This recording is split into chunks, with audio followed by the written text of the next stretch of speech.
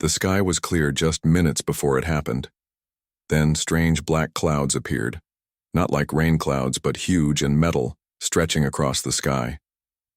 People in every part of the world stopped what they were doing and looked up. At first, some thought it was a trick or some kind of science experiment, but soon fear spread like fire. The massive alien ships covered the sun, making daylight look like evening. Cities fell into darkness. Then the rumble began, a deep, loud sound that made the ground shake. People screamed, some ran, some just stood still, frozen with fear. Within minutes, the world as everyone knew it had changed forever. The first attack was fast and brutal. The alien ships, dark and sharp like knives, opened fire on cities below. Beams of red light cut through buildings, turning skyscrapers into dust. Roads cracked, cars exploded, and the screams of millions filled the air. Satellites were destroyed. Power grids went down. Phones, radios, and the internet went silent. Humanity was cut off, confused, and broken. Then came the message. It was broadcast from the ships themselves, in every language known to Earth. Earth now belongs to the Zorak Empire. You are no longer in control. Do not resist. The voice was cold, deep, and emotionless. Some people dropped to their knees. Others cried. Some shouted in anger, but most just watched the skies, helpless. The aliens called themselves the Zorakians. They were tall, with gray armor that looked alive. Their eyes glowed green. Their movements were sharp and fast, like machines. They didn't speak much, and when they did, their voices sounded like metal scraping on stone. The Zorakians spread out, landing all over the Earth. Major cities were turned into command zones. They took control of factories, military bases, and water supplies. It was not a fight. It was a takeover. But they made one mistake. They didn't destroy everyone. The Zorakians thought humans were weak, soft, and emotional. They believed that by keeping some alive for labor, they could build a new system on Earth. They captured millions, men, women, and children, and forced them to work. Some were made to build strange alien structures. Others were used to mine rare elements. A few were even experimented on. To the Zorakians, humans were not dangerous. They were tools. But humans are not easy to control. At first, everyone was afraid. Families were torn apart. Cities turned into ruins, but slowly, quietly, people began to fight back. Not with guns or missiles, those had all been taken, but with eyes, ears, and minds. A small group of survivors, hiding in the mountains of South America, started sharing messages through hidden radio waves. A teenager in India hacked into a small alien drone. An old pilot in the US trained young fighters in secret. Across the world, people were watching, waiting, and planning. The Zorakians didn't notice. They thought they had already won. Their machines patrolled the streets scanning for weapons, but they didn't understand that humans didn't need weapons to resist. They needed hope. And hope had not died. One child no older than 10 saw his parents taken away by Zorakians in the middle of the night. He didn't cry. Instead, he followed the soldiers for miles, hiding in shadows, watching how their suits worked, how they talked. That child would later become a messenger, carrying secrets between hidden groups across dangerous lands. A group of nurses in a destroyed hospital saved an alien injured during the crash of one of their own ships. The alien begged for help. The nurses agreed, but only to learn. They watched how the alien's armor worked, how it connected to its body. They whispered what they learned to others. In time, this information would save lives and bring down ships. In the dark corners of destroyed cities, fires burned, not from war, but from stories being told. Stories of the past, of heroes, of Earth's strength. Old soldiers told young ones that this was not the first time Earth had seen war, that humans had always fought back, that history was full of battles where people stood up against stronger enemies and won. The Zorakians could not hear these stories, but they would feel their power soon. They thought they had silenced Earth, that they had turned people into broken tools. But in every mine, in every camp, and in every ruin, humans were remembering who they were.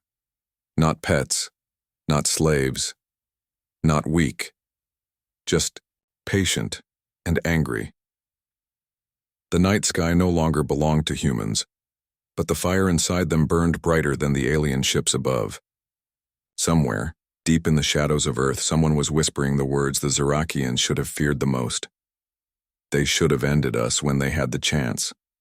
Because now, humanity had nothing to lose, and that made them dangerous. Deep, under the broken streets of what was once Berlin, a group of survivors sat in silence. Their faces were dirty, tired, and marked by fear, but their eyes still held something strong: anger. Among them was Maya Reyes, a former soldier who had once led rescue missions during Earth's final wars. She had lost her entire family in the first wave of attacks. But she was still alive, still breathing, and still thinking. She looked up at the cracked ceiling above them and said quietly, "They should have finished the job. They made a mistake. In camps across the world, humans worked as slaves. The Zirakians gave them food and water, but nothing more. No kindness, no freedom. Some humans obeyed. Some cried. Some even forgot how to speak, but a few stayed sharp.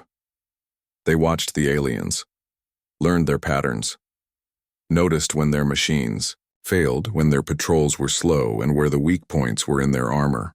One such person was Dr. Evan Malik, a quiet scientist from London. Before the invasion, he worked with computers and AI. Now he hid in an old power station with a group of other thinkers, engineers, coders, and inventors. They had no weapons, no tools, and no power. But they had brains. They collected broken alien tech from abandoned battlefields, picking up pieces of machines, broken drones, and even bits of armor. Dr. Malik worked day and night, trying to understand how the alien systems worked.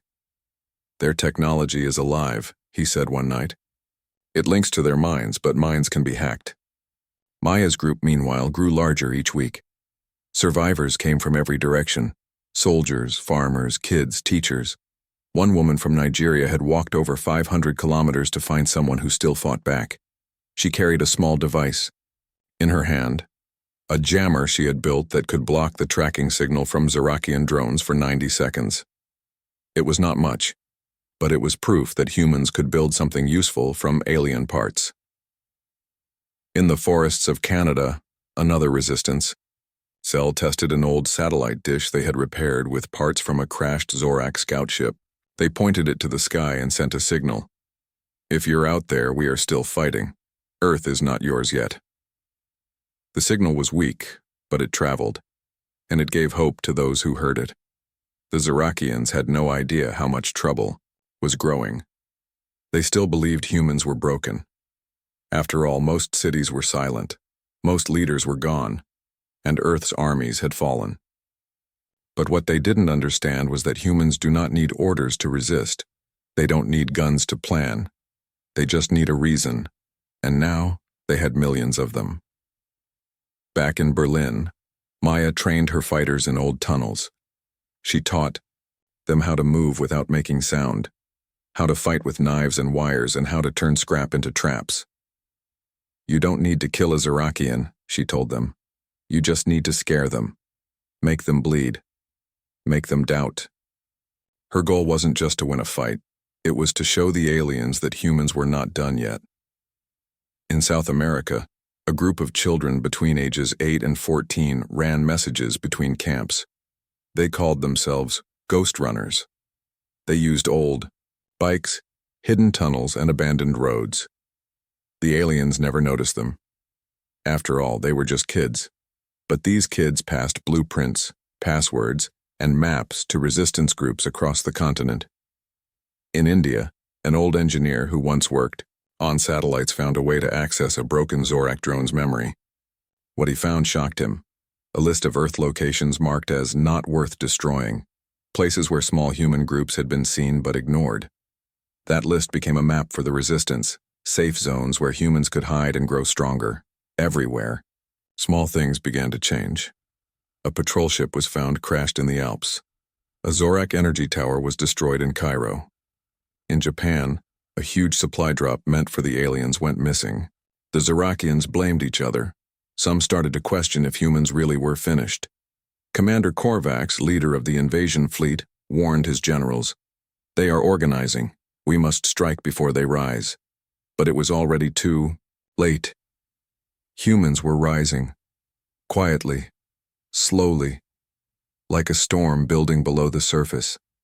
Each failure, each mistake by the aliens, added fuel to the fire. The resistance was not one army, it was many. It was people. Ordinary, angry, smart people. One night, Maya stood on a ruined rooftop and looked out over the broken city. She saw a Zirakian patrol walk by, proud and unaware. She whispered to herself, "They think we are weak, but we are still here." In the shadows, in the silence, in the cracks of a broken world, humanity was sharpening its teeth. The aliens had taken Earth, but they had not broken it. The fight had only just begun. Dr. Evan Malik sat in front of a broken alien console, sweat running down his face despite the cold air in the underground lab. His fingers moved carefully over wires, small tools, and glowing alien circuits. Around him were a few others, young, coders, old mechanics, and even a girl who had once been a gamer but now hacked drones like it was a game of survival. The air smelled like oil, burnt plastic, and tension. Malik had one goal: to break into the Zirakian system without them knowing. If he could do it, humans could listen in on alien plans, maybe even take control of their machines. It was dangerous work. One wrong signal and they could be found and wiped out. But Malik didn't stop. "If we want to win," he told them, "we have to be smarter. Not stronger, just smarter." Elsewhere, the ghost runners kept moving. Small groups of kids biking through forests, tunnels, and empty streets. They passed messages, maps, and warnings between resistance groups. The Zirakians never suspected children. But these kids knew how to move in silence, how to hide, and how to fight if they had to. One boy named Riku carried a tiny flash drive, taped inside his sock. It held data stolen from a fallen alien scout ship. The boy didn't know what was inside it, only that Malik had said, "Protect this like it's your life." So Riku did. In an old subway station in Tokyo, a group of humans had gathered. Engineers and builders, they called themselves the Wreckers. They specialized in taking broken alien tech and turning it into traps, weapons, or tools. One of them had figured out how to overload an alien power cell, turning it into a mini-bomb. They had no guns, but they could make the roads unsafe for the aliens. Every patrol now feared abandoned cars, random pipes, or piles of junk. The Wreckers made sure of that. While this happened underground, Maya Reyes continued to build fighters. She trained them to fight without making noise, to climb like shadows, and to move like smoke. She had a plan, a bold one. Not just to hit patrols or steal supplies, but to take down a whole command post in Tokyo. Her idea was simple: strike fast, steal what they could, and vanish before the aliens could respond. But she needed a signal, something big to distract the enemy. That signal came from Malik. After weeks of work, he finally broke through a piece of the Zirakian system. He found a weakness, a backdoor in their communication link.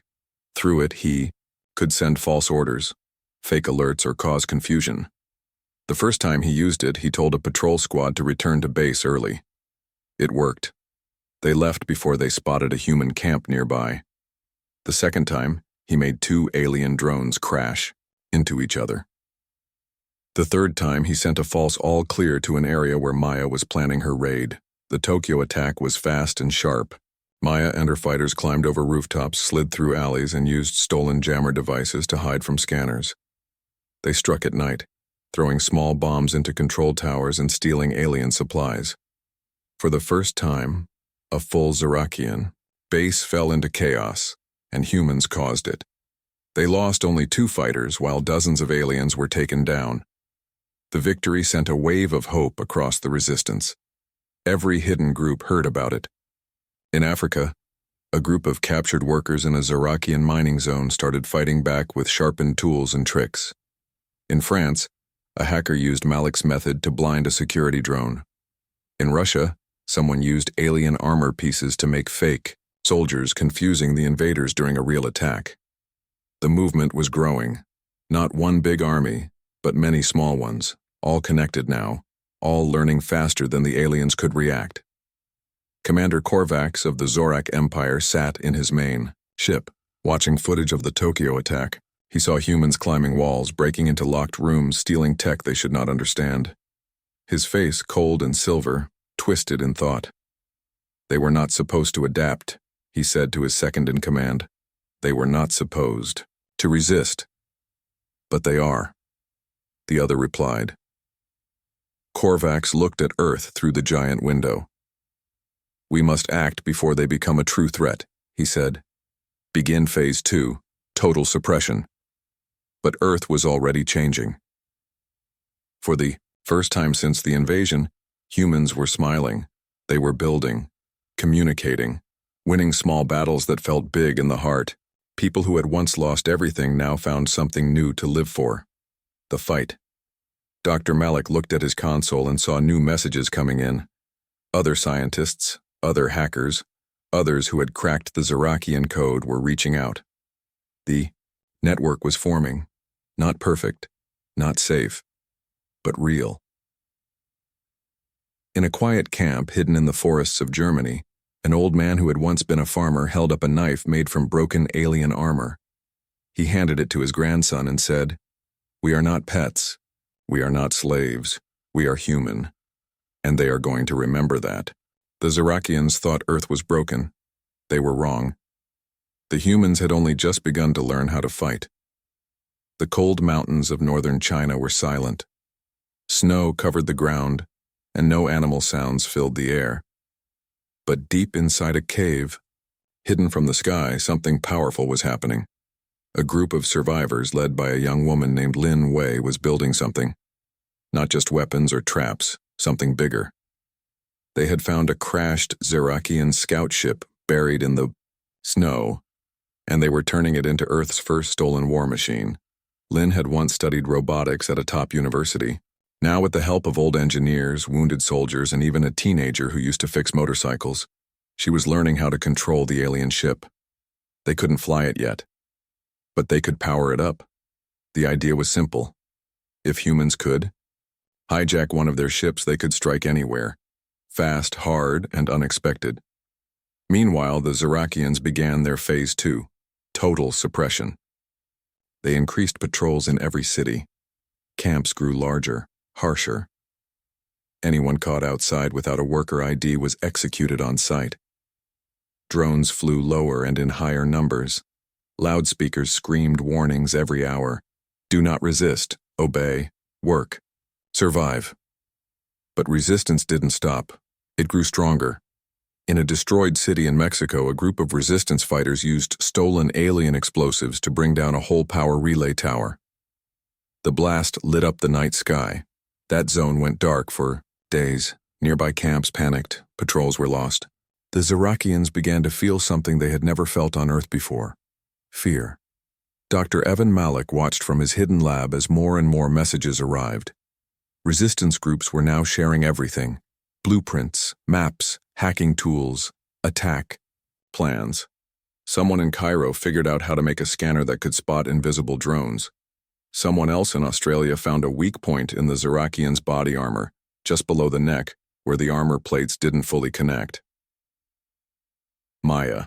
Reyes led another raid in South Korea, this time stealing food and medicine from a storage base. She didn't care about glory. She only cared about keeping people alive. Her team moved like ghosts, using Malik's false codes to disable alarms. They left behind a message painted in red. We are still here. In the forests of Finland, an old couple used a shortwave radio to send signals across the frozen skies. Each night they shared messages of hope, warnings, and stories of human victories. People called them the voice of Earth. The Zorakians tried to block the signal, but they couldn't find the source. It kept moving, using homemade antennas and old military tricks. Every time someone heard the signal, it gave them strength. They were not alone. Commander Korvax was furious. He called his top generals to a meeting on the mothership above Earth. His voice echoed in the dark room. This world is not obeying. The humans are learning too fast. This is not what we were promised. One general spoke. Shall we use the eraser device? Korvax paused. The eraser was a weapon that could wipe out a whole continent in seconds. It was meant only for final punishment, but the humans were becoming too dangerous. He nodded slowly. Begin preparing it. Start with one target, something that will break their spirit. That target was Africa.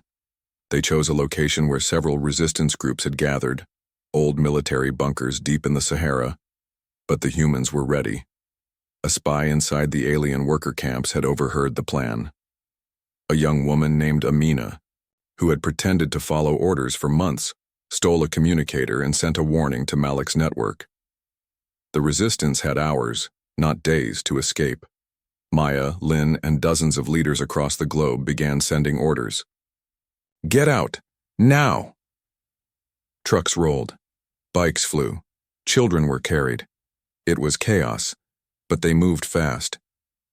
In just 5 hours, over 3,000 people disappeared into hidden tunnels and forests. When the eraser fired, the land burned for miles. The sky turned red. But the bunkers were empty. The Zerakians were shocked. Their greatest weapon had missed. Korvax smashed his clawed hand on the control panel. How did they know? Back on Earth, the survivors watched the flames in silence. Then someone stood up and spoke. We're not dead. We're still fighting. And now they're scared. In the Chinese mountains, Lin finally got the alien ship to hover for 10 seconds. The engines screamed, but they held. Everyone in the cave cheered. It was only a test, but it meant the impossible was now possible. In the hidden lab, Malik smiled as he read more messages from across the world. They tried to erase us, he whispered, but we moved faster. All over Earth, something was changing. Humans were not just surviving, they were evolving, adapting, becoming something the Zerakians didn't expect. Not prey, not slaves, but a threat. And the aliens were running out of time. The world was waking up. In places once silent, the sounds of life returned, not just the quiet whispers of survival, but the noise of planning and fighting. In the ruins of Paris, a group of young fighters gathered. They called themselves the Silverhawks. Their leader was a woman named Claire, a former pilot who lost her squad in the first attacks. She didn't want revenge. She wanted freedom. Her group trained every day, running through the broken streets, learning to move fast and to strike without warning. Claire's eyes shone with hope when she heard about Lin Wei's success with the alien ship. If humans could fly their own war machine, it meant they could take the fight to the Zerakians in the sky. The Silverhawks began gathering parts, old engines, alien batteries, and weapons salvaged from battlefields. They knew it wouldn't be easy, but the chance was worth fighting for. Meanwhile, the Zerakians grew more aggressive. Commander Korvax ordered tighter control. Curfews were strict. Anyone caught outside without permission was arrested or worse. Alien patrols searched homes looking for resistance leaders, but humans had learned to disappear. They hid in basements, forests, and underground tunnels. Every time aliens captured, one group, 2 more appeared somewhere else. Dr. Evan Malik sent coded messages to every resistance cell. Keep your heads down, he warned. The enemy will try to break us with fear, but we are not weak. We are patient. We are ready. He worked day and night, hacking into alien networks, trying to find ways to turn their weapons against them. Slowly, his small team cracked more of the alien codes, unlocking secrets that could save millions. In a camp deep in the Congo, a healer named Nia cared for wounded fighters. She had learned some alien medicine by watching captured doctors. Her small tent was full of herbs, broken alien tools, and hope. We heal, she said softly, because one day, we will fight again. One night, Claire's group received a message from Lin. The stolen ship was ready for a real test. The plan was risky. Fly the ship over a large alien supply base, drop explosives, and fly back before they could respond. It was dangerous, but if it worked, it would show the world that humans could fight on their own terms. Claire's heart raced. This mission could change everything. The night of the attack was cold and dark. The Silver Hawks moved silently to the launch site. Lynn sat inside the ship's control cabin, her hands steady on the alien controls. Claire and the others watched the sky, waiting for the signal. Then the engines roared. The ship lifted slowly, then soared into the air. Lights flashed on the base below as the aliens noticed, but it was too late. The ship dropped its explosives and flew fast away. A huge explosion shook the ground. Buildings crumbled, supplies burned, and alarms screamed. Back on the ground, humans cheered. For the first time, the fight was in the sky, and humans held the weapon. Commander Korvax watched the attack from his ship. His face was hard. "They have crossed a line," he said. "We will crush them before they think it again." But humans had already begun thinking beyond survival. Resistance groups shared plans for new weapons, new tactics, and new hope. They were not just fighting to live, they were fighting to win. Dr. Malik smiled as another message arrived. It was a picture from a remote camp in Alaska. Humans had captured a small alien robot and turned it against its own patrol. The resistance was learning fast. Maya Reyes prepared her fighters for the next battle. She knew it would be harder. The Zarakians would not give up. But now she was not afraid. The fire inside her burned brighter than ever. The Zarakians had invaded Earth first. Their mistake was not ending humanity, because now humans were rising, and the war for Earth had only just begun. Winter had come, and the cold wind blew hard across the ruined cities and forests. But inside a hidden bunker beneath the snowy plains of Siberia, something new was happening. The resistance was growing stronger, and the fight was changing. Humans were no longer just hiding or striking small blows. They were preparing for something bigger.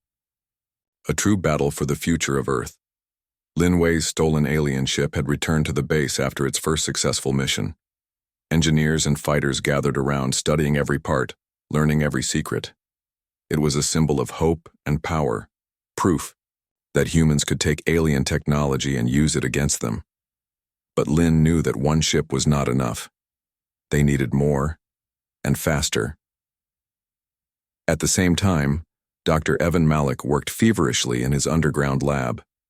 With every hacked alien code, he found ways to protect humans and weaken the Zarakians. He discovered how to scramble their drone sensors and send false signals to their weapons. "We can turn their strength into weakness," he told his team. "We just need to be patient."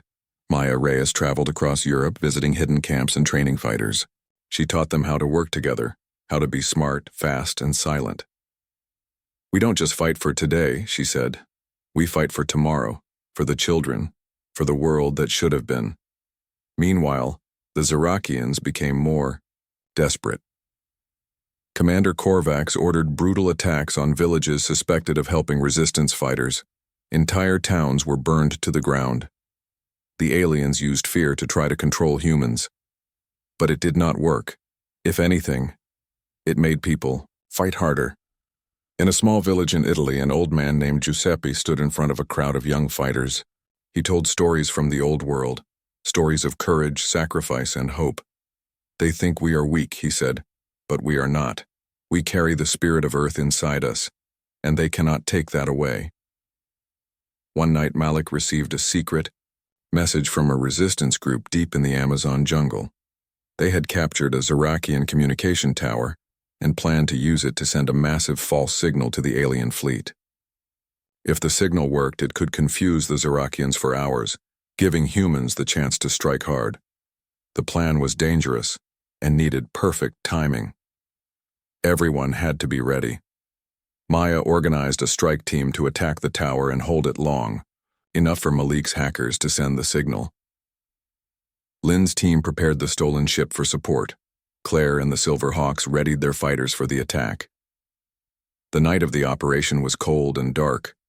Fighters moved silently through the jungle, avoiding patrols and hidden traps. The closer they got to the tower, the louder the alarms grew. But they did not stop. They fought with everything they had. The battle was fierce. The Zarakians fought back with powerful weapons and drones, but humans were faster, smarter, and more determined. They took cover behind trees, threw grenades, and hacked enemy devices. Maya led the charge, her voice calm but strong. "Hold the line, for Earth." Inside the tower, Malik and his team worked quickly. Fingers flew over keyboards as they sent false orders to alien ships and drones. Screens flashed red warnings and confusion spread through the alien forces. Outside, Lin's ship swooped low, distracting enemy fighters and giving humans the chance to regroup. The stolen ship fired blasts of energy that stunned patrols and destroyed weapon nests. For a moment, it felt like the tide of battle was turning. But then the Zarakian reinforcements arrived. Bigger ships, faster drones, and more soldiers. The resistance fighters knew they couldn't hold forever. Slowly, they retreated, taking with them stolen tech, wounded fighters, and hope. Though the tower was lost, Malik's signal had done its work. Alien forces scrambled, attacking their own positions by mistake. Patrols were confused, and weapons misfired. The resistance had won a small but important victory. After the battle, Maya looked at her fighters and said, "This is only the beginning. They will try harder next time, but so will we." The news of the attack spread quickly through the resistance network. Across the world, fighters felt stronger, braver. They were no longer hiding. They were fighting for their home, and they would not stop. Commander Korvax was furious. He paced in his command room, silver eyes glowing. "They grow stronger by the day," he growled. "We must crush this rebellion. No mercy. No mistakes." But deep inside the resistance, a new truth was clear. The Zarakians made one terrible mistake, underestimating humans. They thought Earth was a prize to take. But for humans, Earth was a family, a home, a battle worth dying for, and humans would never give up. The skies over the Pacific Ocean were dark and stormy, but beneath the waves, a hidden fleet prepared for battle. Humans had secretly built underwater bases, using old submarines and stolen alien tech. These bases were safe places, hidden from the Zarakian ships that ruled the skies above. From here, humans planned their next move. Captain Jiro Tanaka stood on the deck of the largest submarine, the Seawolf. His crew was tired but determined. They had trained for months, learning to fight the aliens in ways the Zarakians did not expect. "Today," Jiro said, "we take the fight to the ocean. They think they control everything above ground, but they forgot the seas." The plan was simple but risky. The Zarakians relied on underwater supply lines to bring food, weapons, and parts from their motherships to the ground forces. If humans could cut these lines, the aliens would be weakened and forced to retreat. Meanwhile, on the surface, Maya Reyes coordinated with Jiro through coded radio signals. Her fighters would attack alien outposts near the coast to distract them, while the submarines did their work underwater. In a small town on the west coast of the United States, Claire and the Silverhawks prepared for another mission. They were to sabotage a communication tower that linked alien ships in the sky. If they succeeded, the Zarakian fleet would lose coordination, making them easier to defeat. The night was quiet, but full of tension. Every fighter knew the risks. If caught, there was no mercy from the aliens. But they moved with careful steps and silent hearts. Under the ocean, Jiro's submarines moved like shadows. They used new weapons designed to disable alien ships without destroying them, capturing technology for later study. The humans had learned that every piece of alien tech stolen was a chance to learn and fight smarter. As they approached the supply lines, alarms suddenly blared from the alien patrols. The Zarakians had discovered the attack early. Drones and small ships moved fast to stop the submarines. The battle underwater was fierce. Torpedoes zoomed through the dark water, hitting targets with loud explosions. Jiro's crew dodged and counterattacked, firing electromagnetic pulses that disabled enemy machines. For hours, the fight raged beneath the waves. On land, Claire's team climbed the communication tower. Using special tools made by Malik's hackers, they broke into the system. Alarms tried to sound, but the team was faster. They planted explosives and sent a signal to Malik's network to scramble the enemy's communications. Back underwater, Jiro's team succeeded in cutting 2 of the main supply cables. Alien ships began to lose power and slow down. The underwater bases sent urgent warnings to the surface fleets. Maya's fighters saw the confusion above and struck harder. They hit supply depots, freed captured humans, and destroyed alien weapons. The Zerakians were surprised and angry. Their control was breaking. But the victory came at a cost. The Zerakians sent reinforcements from their mothership, massive warships that could crush entire cities. The humans had to retreat quickly, leaving behind some wounded and stolen equipment. Still, the message was clear. Humans could fight on all fronts, underwater, on land, and in the sky. The Zerakians were not unstoppable. Commander Korvax watched, the reports with growing anger. "They fight like wild animals," he said, "but they are dangerous. Prepare the firestorm. It is time to burn their homes." The firestorm was a plan to destroy human strongholds using powerful energy weapons from orbit.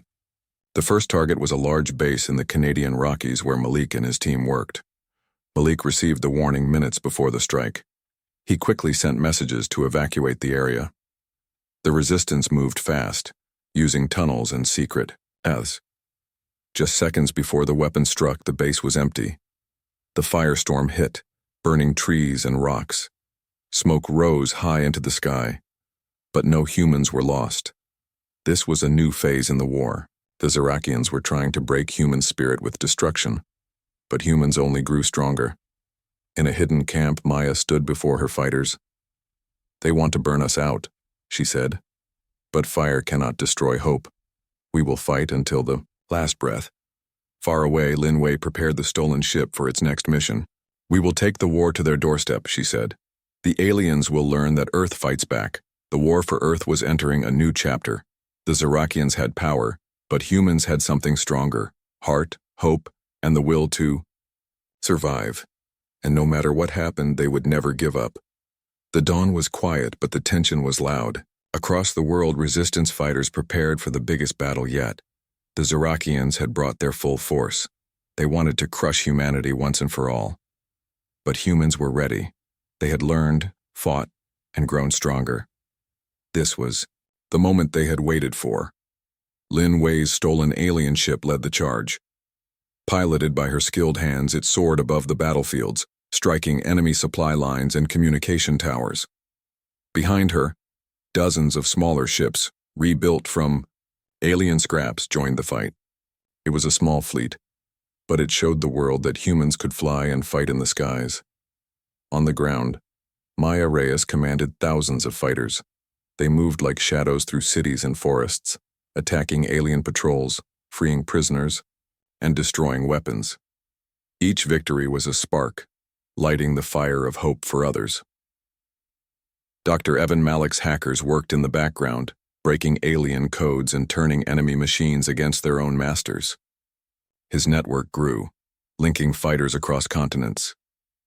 "The Zerakians think their technology is perfect," Malik said quietly. "But they never expected humans to learn so fast." The battle was fierce. The Zerakians brought huge war machines, ships that fired powerful energy blasts, and armies of soldiers. But humans were faster, smarter, and more determined. They used guerrilla tactics, surprise attacks, and their own stolen alien weapons. In the skies over the Pacific, Captain Jiro Tanaka's submarine fleet attacked alien reinforcements before they could reach the battlefield. Underwater battles shook the seas, but humans fought with courage and skill. Each victory under the waves helped weaken the enemy's hold on Earth. Commander Korvax watched the battle unfold from his command ship. He was angry and frustrated. The humans were not the weak prey he thought they were. They were a growing threat, a storm rising against the Zorak Empire. Korvax ordered his final weapon, The Oblivion Cannon, a superweapon capable of destroying entire cities in a single blast. It was the last chance to end the war quickly, but the resistance had a secret. Malik and Lin had worked together to find the cannon's location. Using stolen alien data and the stolen ship's sensors, they planned a daring attack to destroy it before it could fire. The mission was dangerous. Lin and a team of the best fighters flew directly into the heart of the enemy's stronghold. The skies were filled with laser fire and exploding ships. But Lin's skill and the stolen ship's power gave them an edge. They reached the cannon just as it began to charge. Explosions rocked the area as the fighters fought their way inside. Lin planted explosives on the weapon's core while her team defended her from waves of alien soldiers. With a final blast, the cannon exploded in a huge fireball. The shockwave knocked ships from the sky and sent the enemy forces into chaos. Back, on the ground, Maya led a final push to break through the last alien defenses. The fighting was brutal, but the humans' hope and courage were stronger. One by one, alien camps fell, and the Zerakians began to retreat. Commander Korvax, seeing his empire crumble, ordered a full withdrawal. The alien ships left Earth's orbit, disappearing into the stars. The world was silent again, but this time it was a silence of victory. Humans had won. They had survived the invasion. They had fought back. They had become stronger, smarter, and more united. Lin, Maya, Malik, Jiro, and thousands of others stood together looking at the sky. They knew the war was not over forever. There might be more threats in the future. But Earth was free, and humanity was ready. The Zerakians had made one terrible mistake. They thought humans were weak. They were wrong. Humans were a force of nature, and Earth would never be conquered again.